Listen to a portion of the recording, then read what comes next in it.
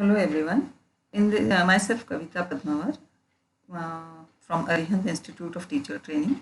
In this video, we will discuss about evaluation approach. First, we will see about uh, evaluation approach. The process of evaluation is adopted according to the objectives, techniques, and tools of the evaluation. As we know, first we decide objectives, then we give learning experiences to the students, and to evaluate that or to test whether our objectives have achieved or not, we use various tools and techniques for the evaluation. It is mainly based on the approach of the evaluation, means which approach is suitable for which kind of evaluation. That will depend on the objectives, and according to that we will select the approach. There are two approaches, formative evaluation and summative evaluation. First we will see about the definitions of formative evaluation. The definition is given by Abel R.L. and D.A. Frisby in 1998. According to him, it is conducted to monitor the instructional process to determine whether learning is taking place as planned. Means, this evaluation is done during the learning process, means when learning is taking place, whether it is going according to the planning or not. It is conducted to monitor the instructional process. When instructional process is going on, at that time we will do formative evaluation, and this is called formative evaluation. Next definition, as we can read here, it is given by A. Nitko in 1983. Formative evaluation is used to monitor learning process during the design or development of a program which is directed towards modifying, forming, or otherwise improving the program before it is completed. When we develop any program, while during the design or development of the program, we can do formative evaluation. Whatever feedback we get from this, because of that we can modify it or we can improve the program. That's why this evaluation is done during the process. Now we will see the characteristics of formative evaluation. First characteristic is evaluation is done during teaching learning process. As we have seen while discussing about the definitions, it is done during the teaching learning process. When process is going on, at that time we do formative evaluation. It gives continuous feedback to teachers and students. As we do it during the teaching learning process, we get some feedback for the teachers as well as students, and from this feedback we can come to know whether our teaching learning process is going properly or we want to make some changes in that. It identifies strength and weaknesses. From the feedback we can come to know about the strengths and weaknesses of the program, of the learning experiences, of the progress of the students also.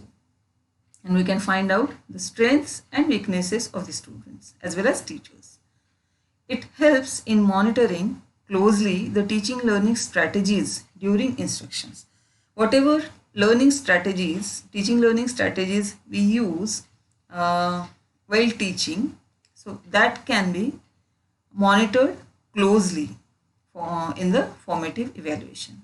It is used to improve the performance of the students, as we can get feedback, and from that feedback we can modify it, we can change it. That's why it is used to improve the performance of the students. It is easy to use and comes out with immediate feedback. As we have discussed that this evaluation is done during the teaching learning process and we get feedback from it. That's why it is easy to use and comes out with immediate feedback.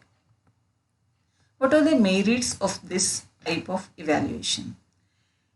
As we have seen, it gives immediate feedback to the students as well as teachers, which help to progress the students to achieve more. And for the teachers, teachers can get feedback regarding their teaching learning process, regarding their learning experiences which teacher has planned and which teacher has given.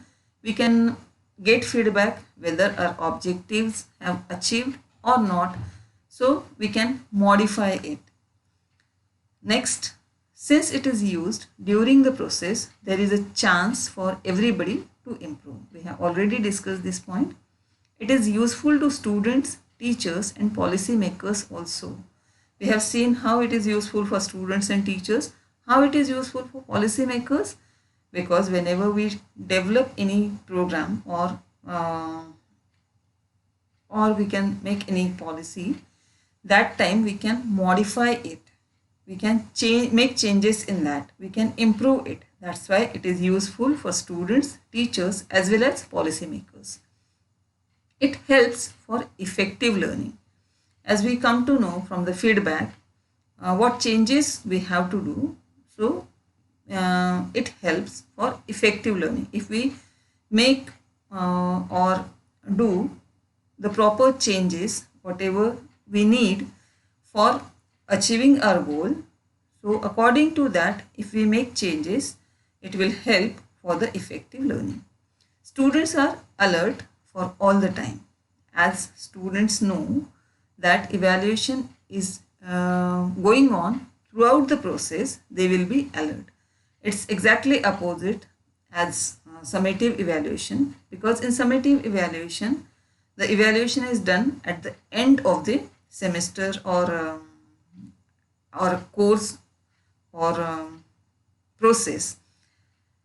There, students will not be alert for all the times, but in formative evaluation, students will be alert. Classroom environment is maintained. As the students are alert, teachers will get feedback. There will be changes, modification every time. So classroom environment is maintained. Now we will see about summative evaluation. What is meant by summative evaluation? Summative evaluation refers to assign a grade for learners' achievement at the end of a term, semester, course or instructional program. As we have seen, formative evaluation is done during the teaching learning process, but summative evaluation is done at the end of the term, at the end of the course, and it usually refers to assign a grade for learners' achievement. Now, what is the nature of summative evaluation? It takes place at the end of the course, as we have discussed this earlier. Next is, it is designed to determine the extent to which the instructional goals have been achieved.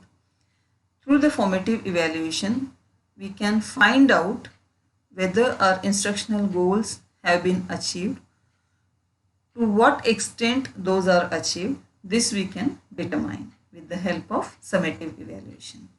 It is done for assigning course grade. After the course, we have to assign grades to the students, and this can be done with the help of summative evaluation. Teacher-made achievement tests are generally used. As we are aware about this, for the completion of the course, teachers prepare or develop achievement tests. By conducting those achievement tests, we can do summative evaluation, and based on that, teachers can assign the grades to the students. Ratings on various types of performance and evaluation of product is used. As we can read here, that evaluation of product is used. Means while developing the product, we don't use this type of summative evaluation, but at the end of the development of the product, we can evaluate it or we can rate it. Formally done by an evaluator. This summative evaluation is done by an evaluator. Now, what are the characteristics of summative evaluation? We will discuss one by one. Final outcome is evaluated. The process is not evaluated. but the final outcome is evaluated in this type of evaluation. It is done at the end of the session. Determines the achievement of objectives. To know about the achievement of objectives, we do summative evaluation. It gives descriptive analysis. After getting the feedback from formative evaluation, we can conduct summative evaluation at the end of the session, and it will give descriptive analysis to us. Feedback about achievement of the student is obtained. What is the achievement of the students at the end of the semester, at the end of this session, that we can come to know with the help of summative evaluation. We can get feedback about it. Examinations are commonly used at mass scale. As we are aware about the university examinations or board examinations, these are used at mass scale. So for summative evaluation, these exams are conducted on the mass. Now, what is the difference between formative and summative evaluation? As we have seen, as we have discussed both the types of evaluation, formative as well as summative, we will now go through the difference between it. Formative evaluation, possible for reinforcing the learning and mastery of the learning through remedial teaching. Here we can give remedial teaching because we get continuous feedback from the formative evaluation, and we can make changes or we can give remedial teaching to the students, and which reinforce the learning and mastery of the learning.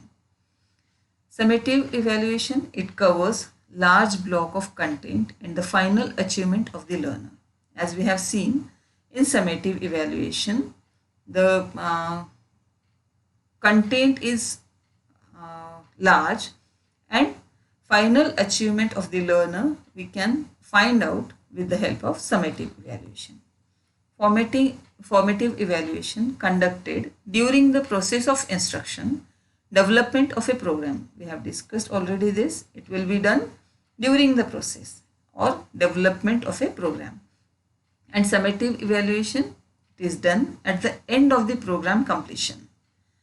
Next difference is, summative evaluation is for the benefit of internal audience or decision makers. As we have seen that formative evaluation helps to the students, helps to the teachers as well as policy makers.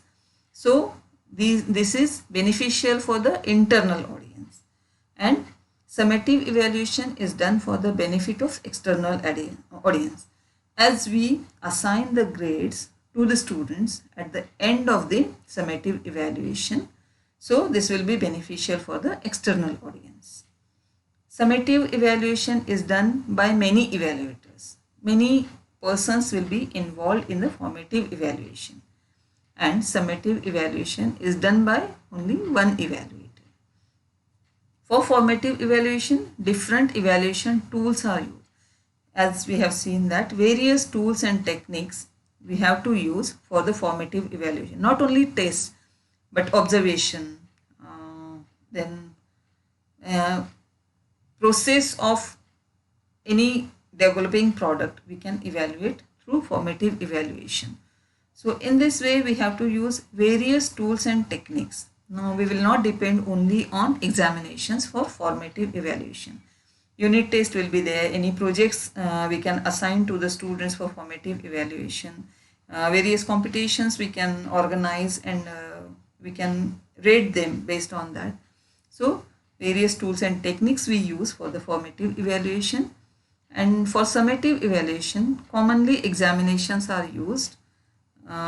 Those examinations can be in the written form or oral or practical exams. The scope on each task are recorded in hierarchy, as we get feedback at every step whenever we do formative evaluation. So it is recorded in hierarchy, means developmental stage. And in summative evaluation, it reports the total scales or grades average.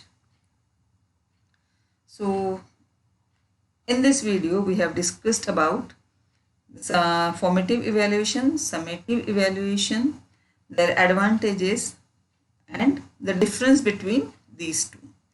Thank you for listening the video.